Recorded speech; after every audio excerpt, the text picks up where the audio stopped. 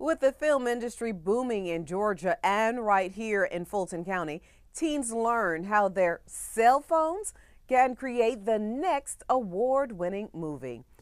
As a part of the Atlanta-Fulton Public Library System's summer reading program, the South Fulton Library provided teens with the opportunity to create a professional movie trailer on their personal mobile devices. The 3-hour workshop was taught by an award-winning TV show host and producer, Keysha Lee. She took the students through the filmmaking process from the pre-production to post-production stages. I learned that you have to have good characters. You're not supposed to give away too much, and that it has to grab the audience attention.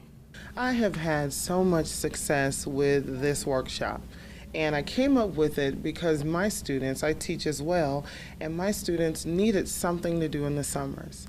Many of them, they were too young. The colleges and the news stations or the sets that are around Georgia would not allow high school students. So that's how I designed and came up with Filmmaking 101. When the class was complete, each student was able to take home a video they created to show off to their family and friends.